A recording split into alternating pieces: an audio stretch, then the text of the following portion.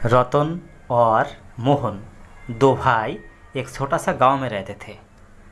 ये दो भाई का विवाह होने की कुछ ही दिनों के बाद अपना पिता परलोक सुधर जाते हैं। अपना पिता की मौत के बाद ये दो भाई ने पिता की जितना ज़मीन था दोनों ने आधा आधा बांट लिया था। रतन था बड़ी आलसी और उसका बीबी लालची के साथ साथ थोड़ा घमंडी भी था। रतन दिन भर ही घर पे सोया रहता था और दूसरी तरफ मोहन बहुत ही मेहनती था और उसका पत्नी भी मोहन का साथ देता था। मोहन और उसका बीवी दोनों मिलकर अपना ज़मीन में फसल उगाने में समय बिताता था। जो फसल उन दोनों ने उगाते हैं वही मार्केट में बेचकर उन दोनों को अच्छा खासा दिन चल रहा था।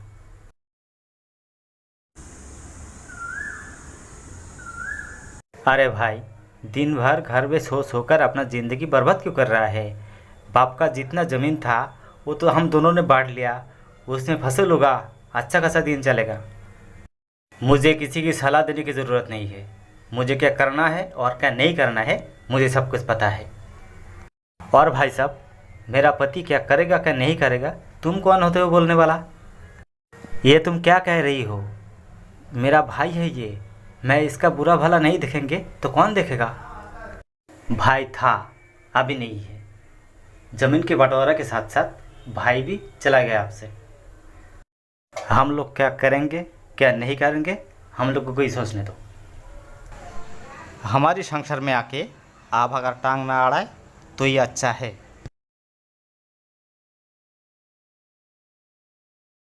माँ जी, मैं भूखा हूँ, मुझे कुछ खाना खिलाएंगे?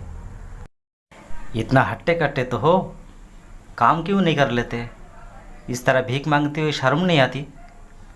माँ जी, मैं ब्रह्मचारी हूँ, संसार मेरे लिए नहीं है।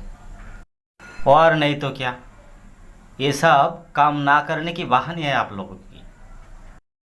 काम चोर कहेगा, चलो निकलो। अरे ये क्या कर रही हो छोटे? घर आया मेहमान को इस तरह नहीं बोलते।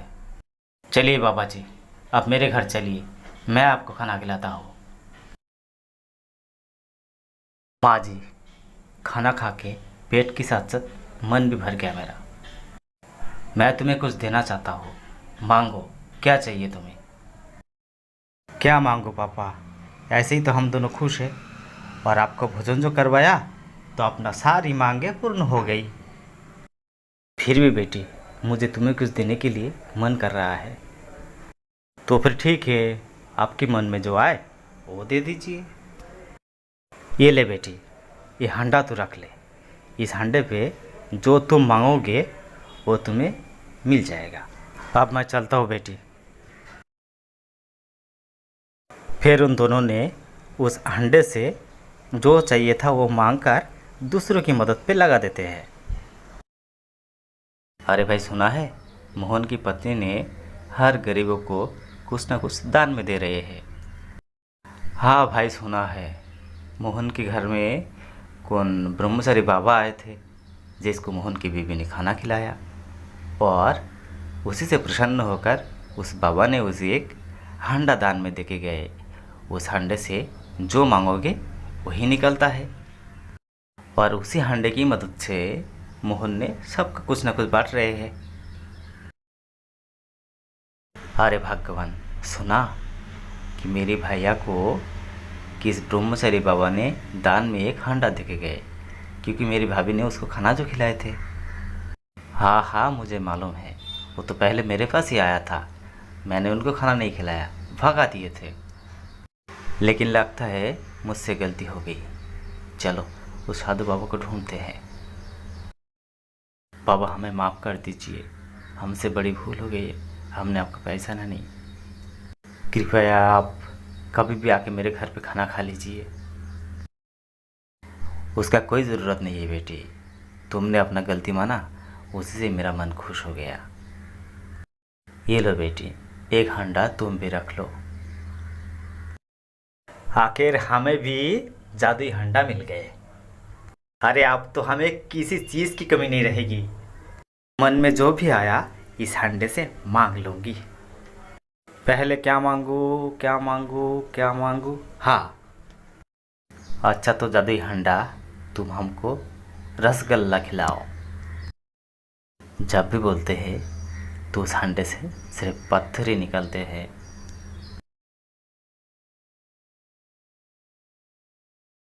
चिड़िया और कौवा दोनों घर से भागकर शादी कर ली थी।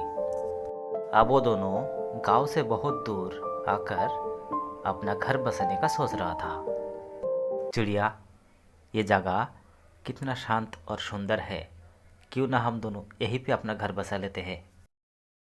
ठीक है कालू जी, जो आप चाहते हो, लेकिन उससे पहले हमको ज़्यादा से ज़्यादा मेहनत करके एक घर तो बनाना होगा। अपना घर बसाने के लिए सबसे पहले हमें एक सुंदर सा घर बनाना होगा। तो का घर मुझे बनाना होगा? आप मेरे पति हो।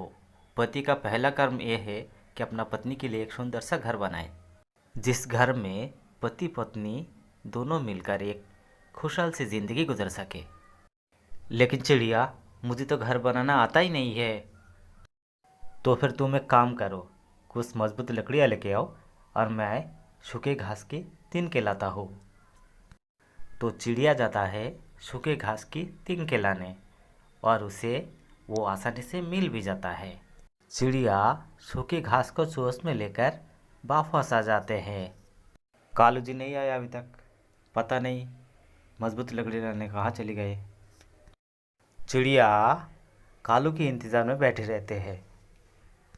इधर कालू तो पेड़ के नीचे आराम की नींद सो रहे थे, और जब भी उसका आँख खुलता है, आह, मस्त नींद आ रहा था।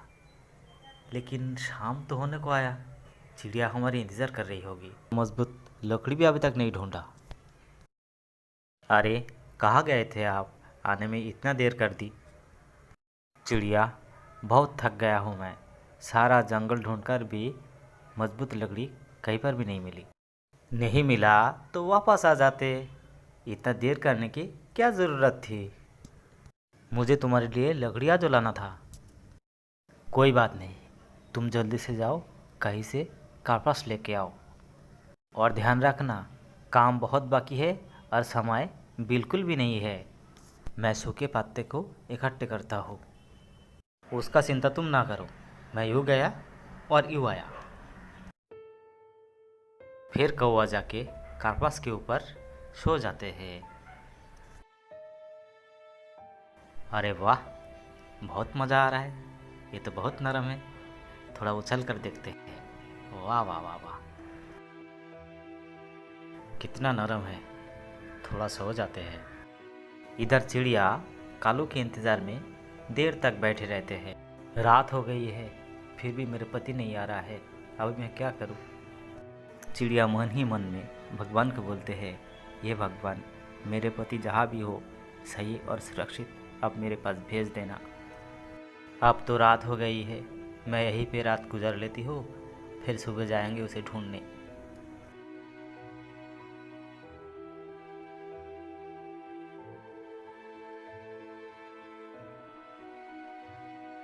कालू जी, मैं राह देख रही हूँ तुम्हारी, और तुम यहाँ चैन की नींद सो रही हो।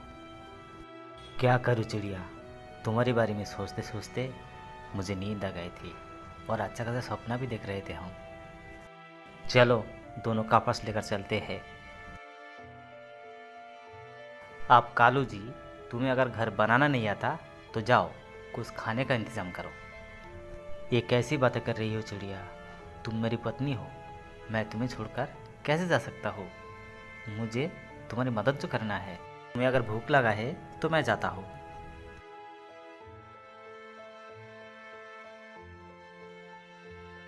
चलो भाई, अपना पेट तो भर ली, अब एक ही दाना बचा है, चिड़िया के लिए लेके जाता हूँ।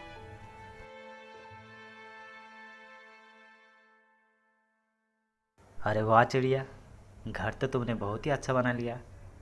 अब तुम्हारे लिए भोजन लाया, वो पहले खा लो। वाह मेरे पति जी वाह, मैं भला काम करते करते थक गया हूँ, और तुम चाने का एक ही दाना लाया। तुम तो अपना पेट दबा दबा के भर के आया। ये क्या कह रही हो चिड़िया, सारा जंगल ढूंढकर मुझे एक ही चाने का दाना मिला, मैंने खुद नहीं खाया, तुम्हारे लिए लेके आया। चिड़िया एक ही दाना खा लेते हैं। चिड़िया, मुझे तो बराबर अकेला सोने की आदत है। पहले की बात छोड़ो कालू जी, अभी तो हम पति पत्नी है, एक ही घर में एक ही कमरे में सोएंगे दोनों। ऐसा नहीं होगा चिड़िया, मुझे अकेला सोने की आदत है। कोई अगर मेरे पास रहेगा तो मुझे नींद नहीं आती है।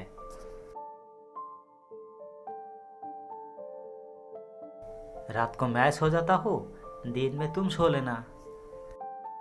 कैसा पति हो तुम मेरे, एक तो घर बनाने के लिए सारा काम मैं ही करता रहा, तुम थोड़ा सा भी मदद नहीं किया, और रात को खुद सो जाते हो। अपना बीबी को दिन में सोने की बात कर रही हो। वो सब मैं नहीं जानती, मैं तो सो गई। पति का सेवा करना पत्नी का परम धर्म होता है। कौआ सुख का नींद सो रहे थे और चिड़िया पूरी रात बैठे रहते हैं।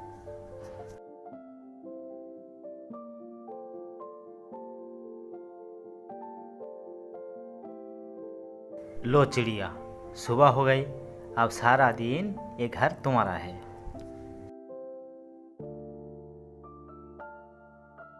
हाँ मेरे पति, रात को तुम आओ, तुम्हें मैं मज़ा चखाता हूँ।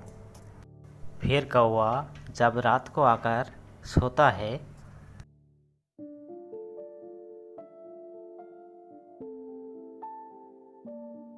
चिड़िया ये कारपास गीला कैसे हो गया?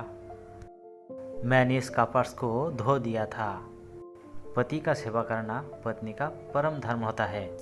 मैंने अपना पति को बासी बिस्तर पे कैसे सोने दे, इसलिए मैंने धो दी थी। कौवा समझ गया था ये उसकी किए की सजा है। अब वो चिड़िया से माफ़ी मांगी और दोनों साथ साथ रहने लगे।